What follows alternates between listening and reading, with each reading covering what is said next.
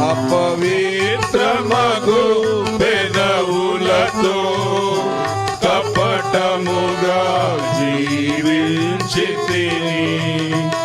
అపవిత్రమగు పెదవులతో కపటముగా జీవించితిని. అపరాధి నోటిని తెరచి స్తుతి గీతమును సగిన ప్రభువా. అపరాధి నోటిని తెరచి స్తుతి గీతమును సగిన ప్రభువా. పావనుడా మా ప్రభువా, నీ రక్షణకై స్తోత్రములు, నీ రక్షణకై స్తోత్రములు.